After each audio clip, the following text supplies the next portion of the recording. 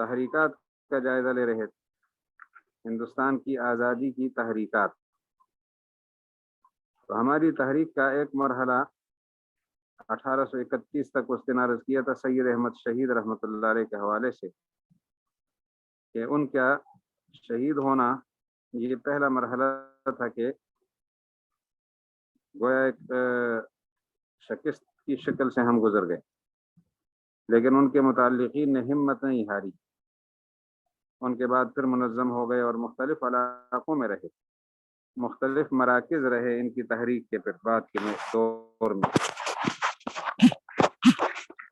بالاکوٹ کی شہادت کے بعد جو ان کی تحریک کا نیا مرکز تھا وہ ہزارہ ڈویژن کا بٹاگرام کا علاقہ تھا، وہاں یہ منظم ہو گئے تھے بٹاگرام۔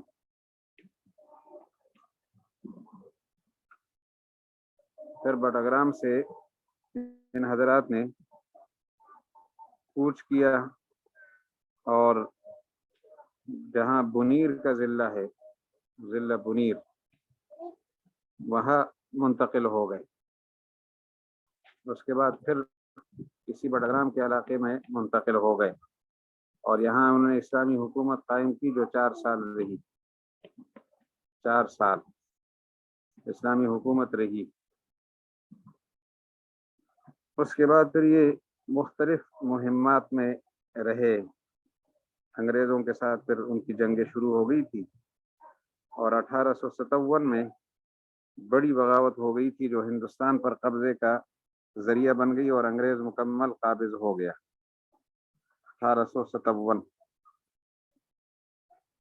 1857 میں دہلی پر انگریز نے جو قبضہ کیا تھا مکمل طور پر، اس کی بنیادی شکل یہ بنی تھی کہ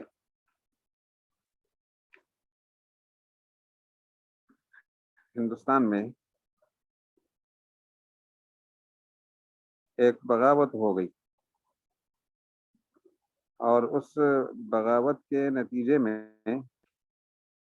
مسلمانوں کو کامیابی نہیں ہو سکی۔ بغاوت دراصل انگریزوں سے تھی، تو اس میں مسلمان بظاہر کامیاب نہیں ہو سکے اور انگریز پوری طرح قابض آ گیا۔ پھر مسلمان اپنے طور پر تحریک چلاتے رہے لیکن حکومت پر پھر انگریزوں کا قبضہ تھا، پورا ہندوستان انگریزوں کے پاس تھا، ان کے ہی گورنر کام کرتے تھے اور انہوں نے ہمارے نظام تعلیم کو بھی تباہ و برباد کیا، جو کچھ وہ کر سکتے تھے کیا انہوں نے۔ تو پھر اس دوران 1866 میں دارالعلوم دیوبند بنا اور دارالعلوم دیوبند کے فضلاء، ان کے سب سے بڑے فاضل دارالعلوم کے حضرت شیخ الہند رحمہ اللہ، شیخ الہند مولانا محمود حسن رحمہ اللہ تعالی، انہوں نے 1914 میں ریشمی رومال کی تحریک چلائی تھی۔ ریشمی رومال کی تحریک کا مطلب یہ ہے کہ خطوط لکھے جاتے تھے ریشمی رومال کے اندر اور وہ بھیجے جاتے تھے، لیکن 1914 ہی میں یہ تحریک ناکام ہو گئی، ریشمی رومال پکڑے گئے اور تحریک کا سلسلہ خراب ہو گیا۔ تو حضرت شیخ الہند رحمہ اللہ گرفتار ہو گئے۔ 30 دسمبر 1816 کو وہ گرفتار ہوئے، 30 دسمبر 1816 عیسوی، مکہ مکرمہ سے ان کو گرفتار کیا تھا انگریزوں نے۔ ان کے ساتھ مولانا حسین احمد مدنی تھے، مولانا وزیر گل تھے اور مولانا حکیم نصرت حسین، مولانا وحید احمد، یہ 5 بزرگ اکٹھے تھے۔ حضرت شیخ الہند کے ہمراہ 5 تھے اور حضرت شیخ الہند کے ہمراہی 4 تھے۔ تو پہلے جدہ میں انہیں کچھ دن رکھا گیا، پھر وہاں سے مصر پہنچایا گیا، مصر سے پھر مالٹا کے جزیرے میں پہنچایا گیا، مالٹا۔ یہاں یہ بات یاد رہے، کالا پانی اور مالٹا یہ 2 الگ الگ جگہ ہیں، کالا پانی اور جگہ ہے، مالٹا اور جگہ ہے۔ مالٹا جو ہے یہ یورپ، بر اعظم یورپ اور افریقہ کے درمیان سمندر میں ہے، اور کالا پانی جو ہے یہ ہندوستان کے جنوب مشرق میں ہے۔ تو یہ کالا پانی میں نہیں تھے، مالٹا کے جزیرے میں تھے۔ پھر مالٹا میں وہ رہے 1920 تک۔ 1920 کو پھر ان کی 12 مارچ 1920 کو ان کی رہائی ہو گئی، یعنی مالٹا سے روانگی ہو گئی، اور 8 جون 1920 کو یہ بمبئی میں پہنچے ہیں۔ 1 بجے دن 8 جون 1920، رمضان المبارک کی بھی 20 تاریخ ہے، 20 رمضان 1338 ہجری، شیخ الہند کی رہائی 1338 ہجری۔ شیخ الہند مولانا محمود حسن رحمہ اللہ، مولانا حسین احمد مدنی اور مولانا وزیر گل اور مولانا وحید احمد یہ رہا ہو گئے، اور حکیم نصرت حسین ان کی مالٹا ہی میں وفات ہو گئی تھی، وہیں مدفون ہے وہ۔ پھر اس کے بعد ان بزرگوں نے نئی حکمت عملی اختیار کی۔ دراصل ابھی شیخ الہند رہا نہیں ہوئے تھے، وہ مالٹا کی جیل میں تھے، کہ ان کے شاگردوں نے اور ان کے متعلقین نے حکمت عملی بدل دی کہ اب انگریزوں کے ساتھ لڑیں گے تو طریقہ لڑنے کا اور ہوگا۔ پہلے لڑنے کے لیے ہتھیار کی ضرورت تھی، تشدد والا راستہ تھا، جہاد کرتے تھے، اب حکمت عملی نہیں ہوگی۔ تو نومبر 1919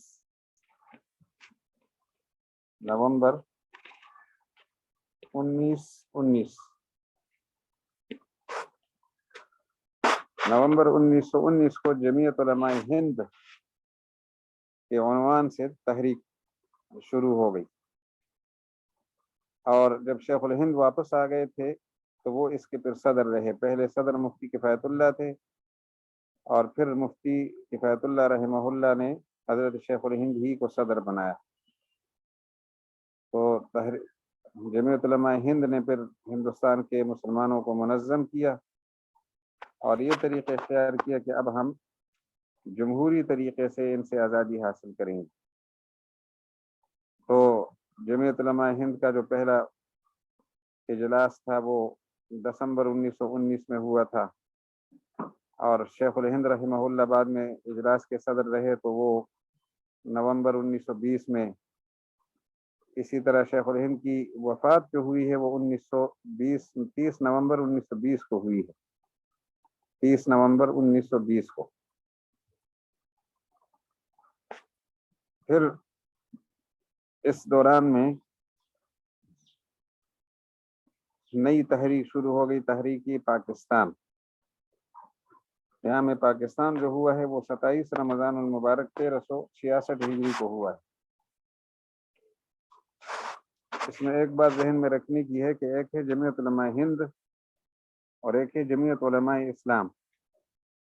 جمعیت علماء ہند 1919 کو بنی ہے، اور جمعیت علماء اسلام جو ہے وہ 1945 کو بنی ہے۔ جمعیت علماء اسلام کے بانی مولانا شبیر احمد عثمانی ہیں۔ شبیر احمد عثمانی نے جمعیت علماء اسلام بنائی ہے، اکتوبر 1945 میں اس کا اجلاس ہوا تھا پہلا، اور اس کی بنیاد رکھی گئی تھی۔ تو جمعیت علماء ہند 1919، جمعیت علماء اسلام 1945۔ جمعیت علماء اسلام کا مقصد یہ تھا کہ ملک تقسیم ہو اور پاکستان بنے، آزاد وطن ملے، انگریز ہندوؤں کے ساتھ ہم مل کے نہیں رہ سکتے۔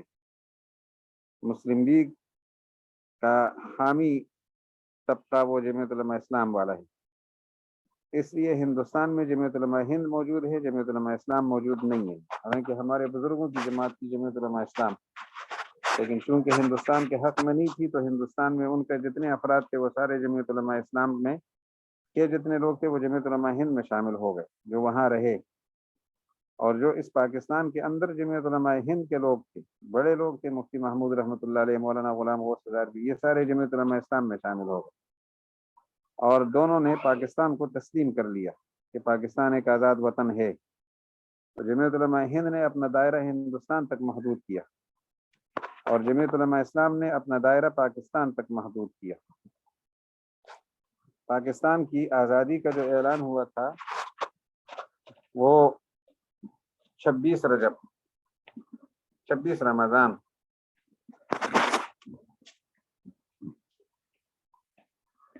کا دن جب گزر گیا اور 27 رمضان کی رات آ گئی اور وہ جمعے کی رات تھی. کل جمعہ ہے، آج رات پاکستان کی آزادی کا اعلان ہو گیا.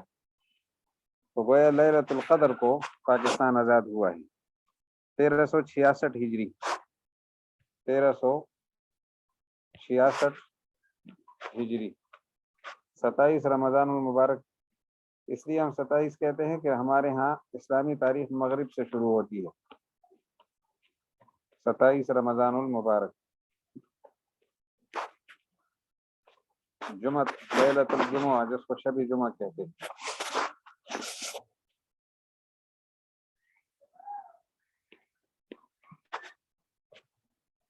یہ آزادی پاکستان اور ہندوستان کی آزادی پھر جمعہ المبارک ہی کو جمعہ کے دن 27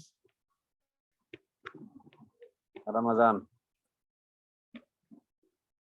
1366 ہجری انگریزوں سے دونوں کو آزادی مل گئی. تو 14 اگست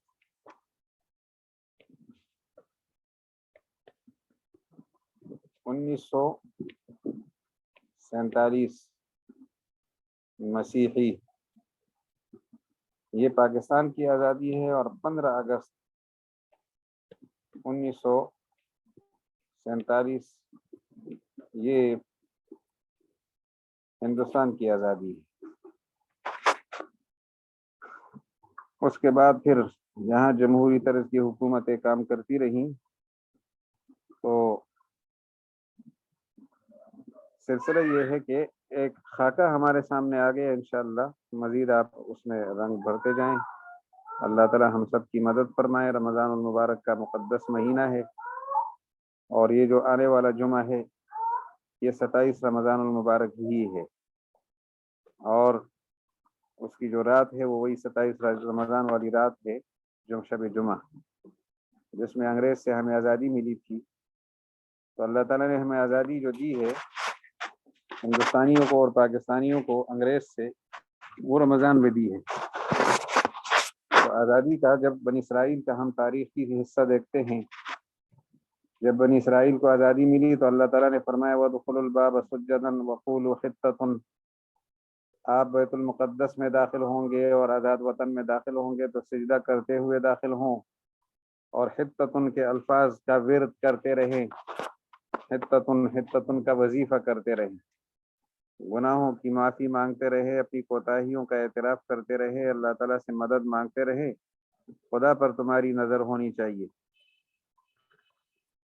یہ آزادی کے منانے کا طریقہ ہے. وَادْخُلُوا الْبَابَ سُجَّدًا وَقُولُوا حِطَّةٌ. نبی کریم علیہ السلام نے 20 رمضان المبارک سن 8 ہجری میں مکہ مکرمہ فتح کیا تھا. تو اس پر جو سورت نازل ہوئی ہے اذا جاء نصر اللہ والفتح ورأيت الناس يدخلون في دين الله افواجا فسبح بحمد ربك واستغفره. تسبیح اور استغفار اور حمد اس کا اہتمام آپ کریں گے. تسبیح حمد آزادی منانے کے یہ طریقے ہیں مسلمانوں کہ جب آزادی ملے تو آدمی تسبیح کا اہتمام کرے اور حمد کا اہتمام کرے، استغفار کا اہتمام کرے، عبادت کرے. بنی اسرائیل کو بھی طریقہ بتا دیا تھا کہ آزادی کیسے منانی ہے اور ہمیں بھی بتا دیا سورہ نصر میں اذا جاء نصر اللہ والفتح.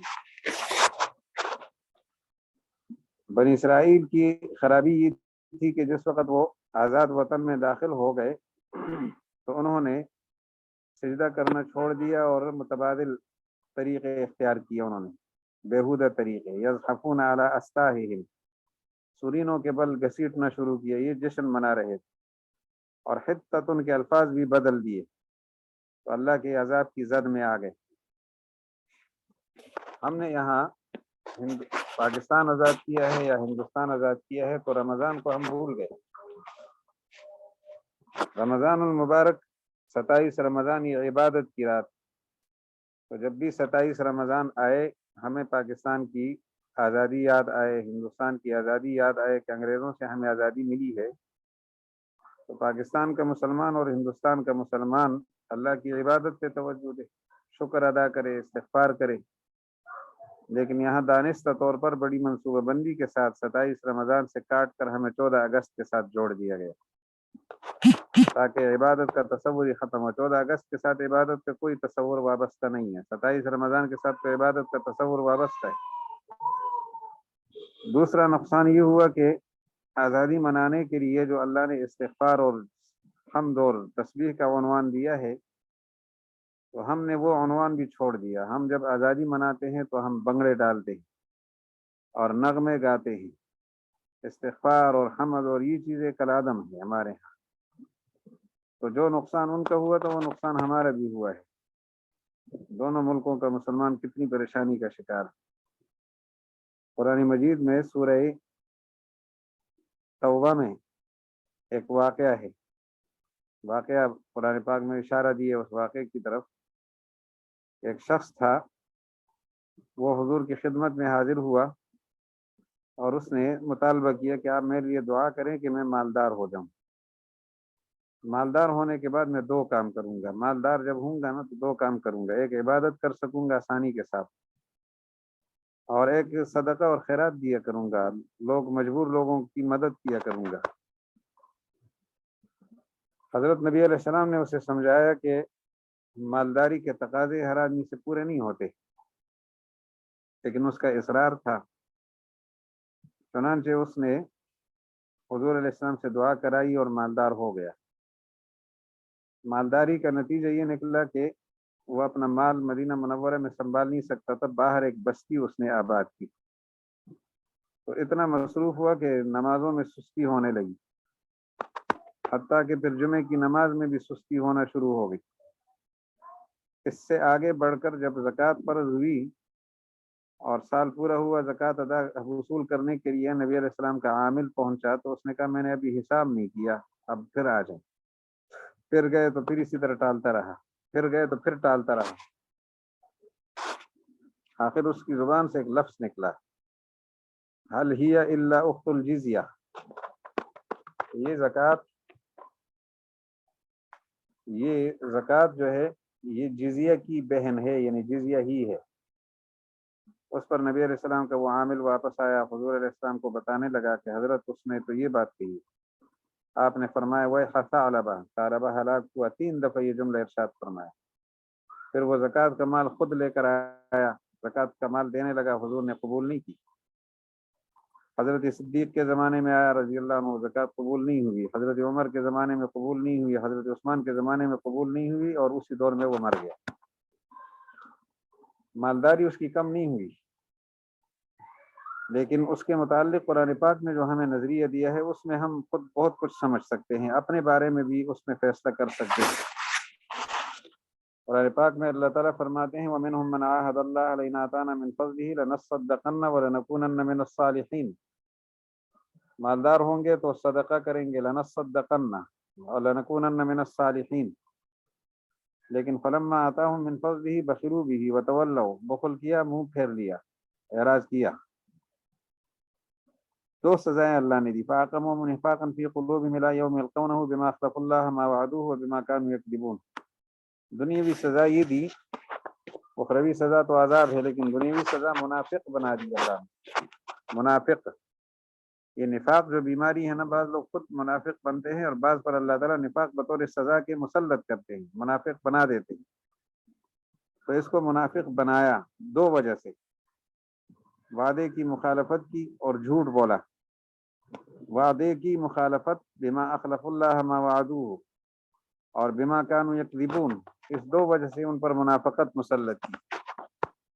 اگر ہم اپنا جائزہ لیں، ہم نے بھی یہی کہا تھا کہ آزاد وطن ملے گا تو اسلام نافذ ہوگا، اور ہم آزادی کے ساتھ اللہ کی عبادت کریں گے اور اللہ کے دین پر عمل کریں گے۔ لیکن آزاد وطن ملنے کے بعد وعدے کی مخالفت بھی ہوئی اور جھوٹ بولنا ہماری عادت بن گئی ہے، حکمرانوں سے لے کر عوام تک۔ تو جب یہ دونوں کام ہم کر رہے ہیں تو نفاق بھی تو مسلط ہے۔ ہم کسی دکاندار سے اعتماد کے ساتھ سودا نہیں خرید سکتے،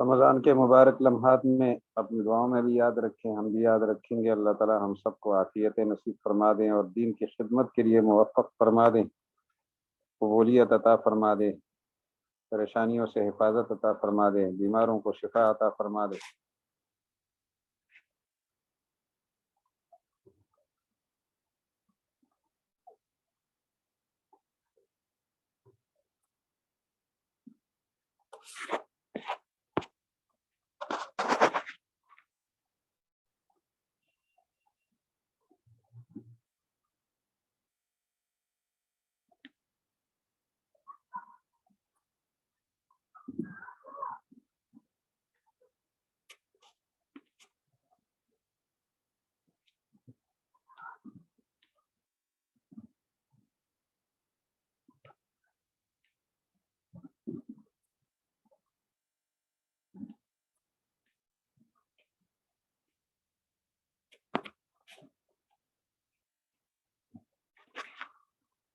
بظاہر کوئی سوال نہیں ہے تو اللہ تعالیٰ جزائے خیر دے۔ الوداع، الی اللقاء، السلام علیکم ورحمۃ اللہ وبرکاتہ۔